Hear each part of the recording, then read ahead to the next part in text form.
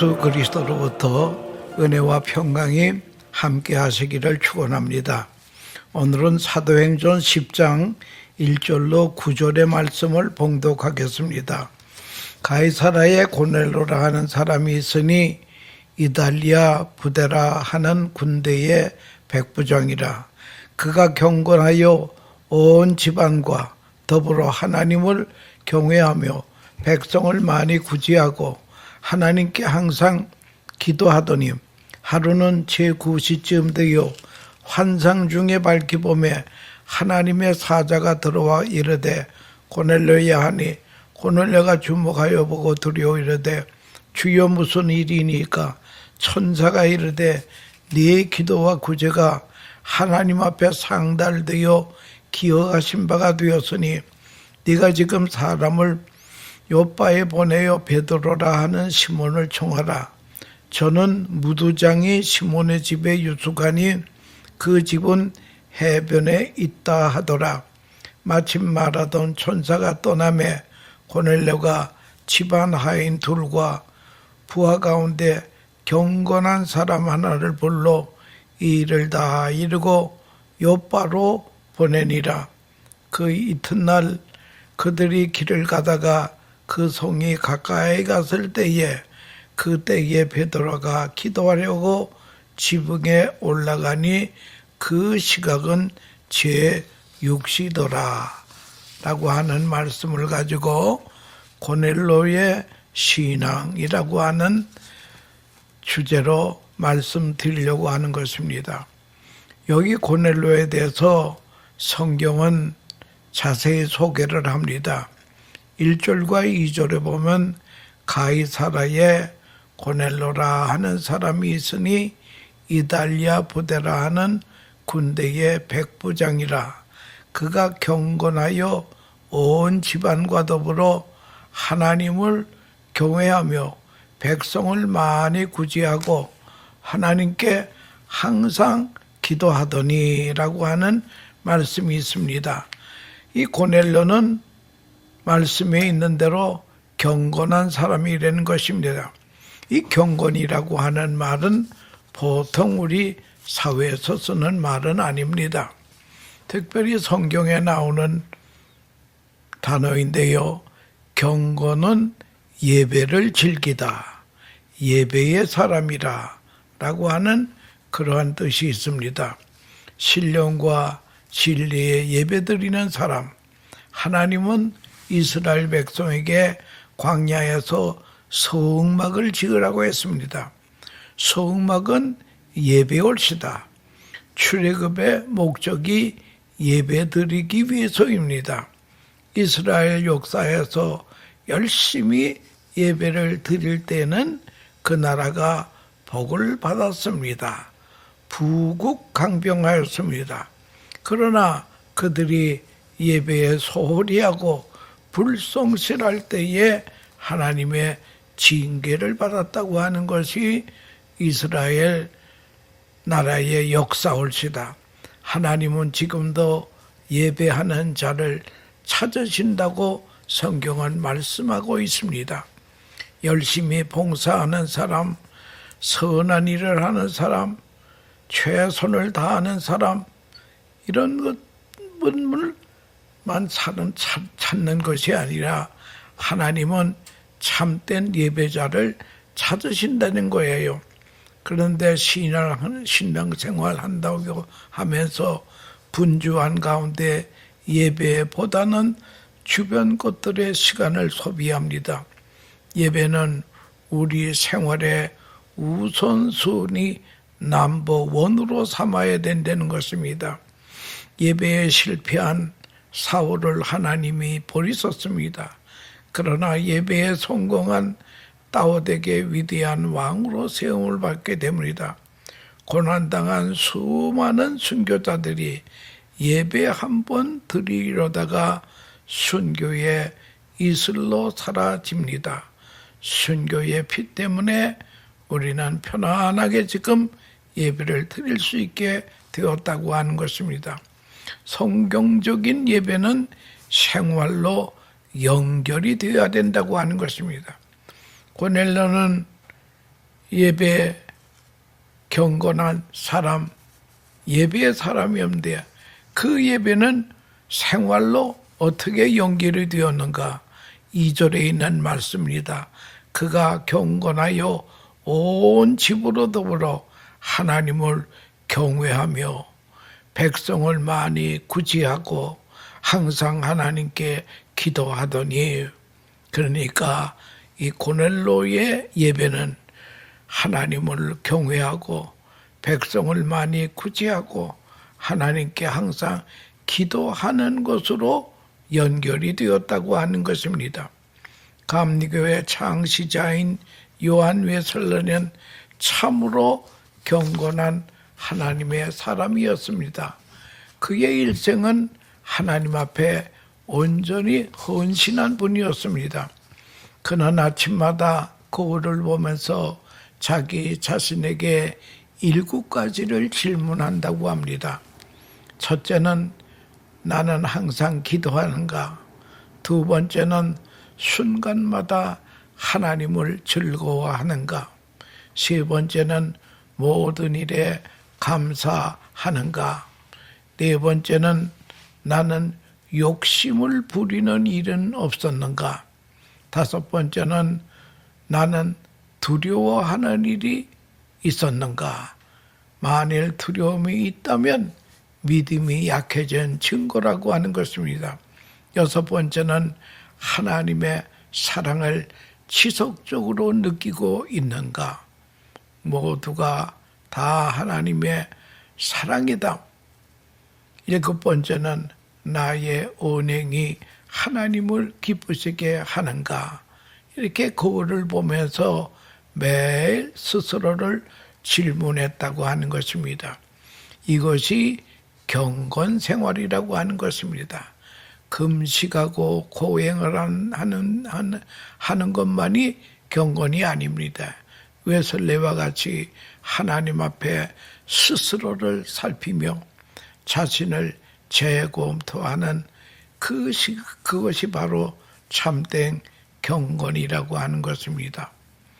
그러면 고넬로는 로마 군인입니다. 점령지에 와서 근무를 하는 로마 군인 백부장이 올시다. 백부장은 100명의 군인을 거느리는 장교 올시다. 군인 중에도 백부장이 가장 중요한 직책입니다. 왜냐하면 전쟁이 날 때에 100명의 부하를 데리고 전쟁 맨 앞서 최전선에서 싸우기 때문입니다. 그러므로 백부장은 중요한 인물입니다. 장차 이들이 본국에 돌아가서 로마의 호민관이 되고 정치 지도자가 되고 제왕도 됩니다. 아주 귀중한 분이 유대 땅에 와 있는데 정치적으로 생각하면 엄연히 이 사람들은 침략자입니다. 그러나 개인적으로 생각하면 유대 종교로 개종한 유대교인이라는 거예요. 유대교의 교인이라는 거예요. 그리고 경건한 신앙생활을 했습니다. 이방 사람으로서 경건한 하나님의 사람이었다고 하는 것입니다. 하나님을 경외하는 사람, 경외란 하나님을 섬기되 조건 없이 섬기는 것을 경외라고 그럽니다. 여러분, 경외라고 하는 말을 자주 우리 교회에서 듣고 나는데 경외의 뜻을 바로 알아야 됩니다. 하나님을 섬기되 조건이 없이 섬기는 것을 경외라고 말하는 것입니다. 옛날 사드락과 메삭과 아벳네고가 느부갓네살 신상에 절을 하지 않는다고 풀무 속에 집어넣는다고 했습니다. 그럴 때에 사드락과 메삭과 아벳네고는 우리 하나님께서 풀무불 속에서 우리를 건져내실 것입니다. 그러나 건져내시지 아니할지라도 우리는 그런 우상에게는 절하지 않겠습니다. 여러분, 사드락과 메삭과 아벳노고의 시간은 조건부 신앙이 아니었습니다. 그리 아니하실지라도 여러분 조건 없이 하나님을 섬기겠다고 하는 신앙입니다. 그 다음에 그는 하나님께 항상 기도하는 사람이었습니다. 로마 군인으로서 이스라엘을 지배하러 왔는데 이스라엘이 믿는 하나님을 믿는다고 하는 것은 어려운 일이라고 하는 것입니다. 또 온 집이 하나가 되어 하나님을 섬겼다는 것입니다. 얼마나 아름다운 가정인지 알 수 없습니다.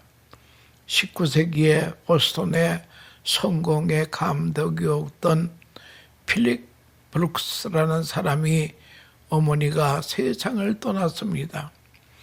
어머니를 생각하며 세상 떠났을 때에 비석을 세웁니다. 그 비석의 내용이 무엇인가 하면 마가복음 15장 28절에 예수님이 수로보니게 여인에게 하신 말씀입니다. 여자여 네 믿음이 크도다. 바로 이 구절을 어머니의 비석에 썼다고 합니다. 아들이 어머님의 무덤에 쓴 글자 옳시다. 여러분은 자녀들이 어떤 비문을 쓸까 생각해 본 적이 없습니까? 어느 마을에 부자가 세상을 떠났습니다. 아들이 유명한 비문 쓰는 집에 가서 돈을 얼마든지 줄 터이니 아버지 비문 하나를 써달라고 부탁을 했습니다. 그래서 그 비문을 쓰는 사람이 그러면 당신 아버지가 세상에서 주로 한 일이 무엇이요? 그러다 아들이 가만 생각하더니 아버지가 뭘 하신 일은 없단 말이야. 잘 잡수시고 잘 주무시고 건강하게 살다가 갑자기 세상을 떠났습니다. 그래서 비문을 쓰는 사람이 그 말을 듣고 비문을 하나 써주는데 먹다 살다 죽다 먹다 살다 죽다 라는 비문을 써줬다는 이야기가 있습니다. 중국 북경에 황제의 묘소가 있는데 어느 묘에는 비석에 글자가 없습니다. 이 사람은 왜 비석에 글자가 없습니까? 그랬더니 쓸 것이 없다는 거예요. 여러분, 고넬료의 가정은 기도의 가정이었습니다. 여러분, 기도의 위력은 불의 세력을 정복하기도 하고 성난 사자의 입에 자갈을 먹이기도 하고 난세를 정복하기도 하고 전쟁을 정결시키기도 하고 폭풍우를 멈추기도 하고 마귀를 내어 쫓기도 하고 사망의 결박을 풀어주기도 하고 질병을 완쾌케도 하고 태양을 멈추게도 하고 우레의 진행을 막는 그러한 위력이 있습니다. 여러분, 고넬료는 기도의 사람이었습니다. 기도는 만능의 값을시옵시다. 값이 떨어지지 아니하는 보화라고 하는 것이 마르지 않는 광산이라고 하는 것입니다. 기도는 축복의 어머니라는 것이에요. 고넬료는 기도의 사람이었습니다. 기도는 믿는 자의 선택이 아니고 필수라고 하는 것을 알아야 될 것입니다. 그러는가 하면 고넬료의 신앙은 많은 사람을 구제하는 사람이었다. 정령군의 장교가 식민지 땅에 불쌍한 사람을 많이 도와주는 군인이다. 그의 기도는 하나님께 상달되었고 구제도 하나님이 받으셨습니다. 야고보서에는 참된 경건이란 고아와 과부를 돌보는 것, 우리가 사는 사회가 너무 이기적이올시다. 자기밖에 모른다는 거예요. 이기적인 감옥에서 헤어나지 못하는 것이 오늘날 현대인이라고 하는 것입니다. 어느 교회에서 청소년 수련회가 있었습니다.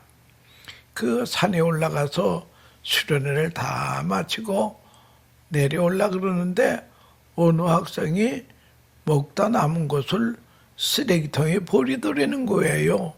그래서 그 선생님이 얘야, 그 아까운 걸 왜 버리느냐?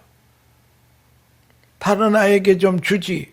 그랬더니 그 아이가 하는 말이 어머니가 다른 사람 주지 말고 나만 먹으랬어요. 여러분, 어머니 때문에 아들은 이기주의자가 되고 망가졌다는 것입니다. 여러분, 유대인들에게 내려오는 전설 가운데 하나님의 마음을 움직이게 하는 것이 세 가지가 있다고 합니다. 첫째는 회개하는 사람을 하나님이 움직여 주십니다. 하나님의 마음이 움직입니다. 기도가 하나님의 마음을 움직입니다. 구제가 하나님의 마음을 움직여 준다는 것입니다. 여러분, 우리 다 최후의 심판날 하나님 앞에 서게 됩니다. 그럴 때에 하나님께서 묻는 것이 이웃에 대한 긍휼이 올수다. 긍휼히 여긴 자는 복이 있나니 저희가 긍휼히 여김을 받을 것이요. 긍휼은 심판을 이기고 자랑하느니라. 여러분, 인생 살아갈 때에 긍휼이라고 하는 것은 반드시 우리 마음 가운데 가지고 생활해야 된다는 거예요.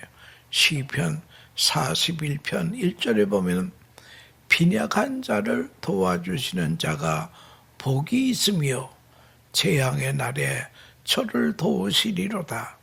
불쌍한 사람을 도와주는 사람은 복이 있다는 거예요. 왜? 그 사람도 인생 살다 보면 재난을 만나게 될 때에 하나님이 도우신다라고 하는 것입니다. 성경에 부자와 거지 나사로 이야기가 있습니다. 이 부자의 죄가 다른 것이 아니에요. 부정축제가 했다는 것도 아닙니다. 거지 나사로에 대한 무관심, 이게 바로 죄래. 이게 바로 부자의 죄목이라고 하는 것입니다. 사도 바울도 선교를 열심히 했지만 그는 고백합니다. 가난한 자 돕는 것을 나도 힘써 행하노라. 여러분, 바클리라고 하는 사람이 유명한 주석가인데 그가 말하기를 예수님의 마음은 한마디로 긍휼의 마음이다. 우리 주님께서 기적을 행하실 때도 긍휼의 마음을 있을 때에 기적이 나타나다라고 하는 것을 그걸 우리가 알아야 될 것입니다. 그리고 이 고넬로는 아주 가정적인 사람이 올시다. 오늘 성경에 보면 온 집으로 더불어 하나님을 경외했다고 말씀하고 있습니다. 여러분, 가정과 집은 다른 것입니다. 요즘 가정은 없고 집만 있습니다. 그래서 가정이 여관방이 되었습니다. 식구끼리 얼굴 보기가 힘듭니다. 대화를 나누는 분위기를 좀처럼 가질 수가 없습니다. 아무리 바빠도 가정은 가정이래야 됩니다. 그래서 예수님께서 두세 사람이 내 이름으로 모이는 것은 나도 너희와 함께 있다. 그래서 가정이 모여서 가정 예배를 드린다고 하는 것은 얼마나 귀한 것인지, 여호와의 임재 속에 하나님을 뵙게 되는 가정 예배가 귀하다고 하는 것입니다. 어느 농촌에 연못이 하나 있는데요. 그 물을 그 동네에 양들과 소들이 와서 그 물을 먹습니다. 그런데 연못에 이상한 현상이 생겨났습니다. 이상한 독초가 생기면서 고기가 다 죽고 소와 양도 그 물을 먹으면 병이 든다는 거예요. 농부가 이것을 알고 물을 다 퍼서 밑에 독초를 다 뽑아내버렸습니다. 그러나 잠깐 동안은 괜찮더니 다시 독초가 생깁니다. 그래서 연못 주변에 버드나무를 심었더니 그 버드나무 뿌리가 독초를 죽이게 하여 물고기가 다시 살고 양과 소가 그 물을 다시 마셨다는 이야기가 있습니다. 그래서 우리나라에도 연못 부근에는 버드나무를 많이 심습니다. 여러분, 우리 가정에도 세속적인 독소가 들어오고 있습니다. 계속 가정을 파괴하고 있습니다. 계속 가정에 경건을 심어야 됩니다. 기도의 선행을 심어야 됩니다. 그래야 독소를 말라 죽이게 된다라고 하는 것이죠. 유대인들이 2000년 동안 나라 없이 세계에 흩어져 살았지만 그는 다시 나라를 회복하게 된 것은 무엇인가니 가정이 신앙적으로 덜덜 뭉쳤다고 하는 것입니다. 가정은 경건의 장소로 세웠다고 하는 것입니다. 그리고 이 백부장은 화목의 사람이었습니다. 백부장에게는 상관도 있고 동관도 있고 부하도 있습니다. 그러나 이 백부장은 상관이나 동관이나 부하에게 신임이 두터웠던 사람이라고 하는 것입니다. 독일 어느 작은 마을에서요, 무명의 피아니스트가 연주회를 열기 위해서 광고를 사방에 붙였습니다. 근데 당시에 유명한 피아노의 대가 리스트라는 사람이 있었는데 리스트의 제자 아무개가 피아노 연주회를 한다고 사방에 광고를 붙였습니다. 사실은 이 사람은 리스트라고 하는 사람의 제자가 아닙니다. 배운 적도 없어요. 그래도 사람 많이 모이게 하기 위해서 리스트의 제자가 피아노 연주를 한다고 광고를 냈습니다. 그런데 그 동네에 공교롭게도 마을에 리스트라고 하는 유명한 피아노 연주 대가가 그 마을을 방문했습니다. 그래서 이거 큰일 났습니다. 거짓이 탄로가 되게 되었단 말이에요. 그래서 용기를 내서 이 무명의 피아니스트가 리스트를 찾아가서 무릎을 꿇고 제가 이런 잘못을 했습니다. 제가 선생님의 이름을 도용했습니다. 그랬더니 리스트가 그 말을 듣고 당신은 크게 잘못했어. 그러나 사람은 실수하는 법이요. 그래 놓고는 내 앞에서 피아노 연주를 좀 해보세요.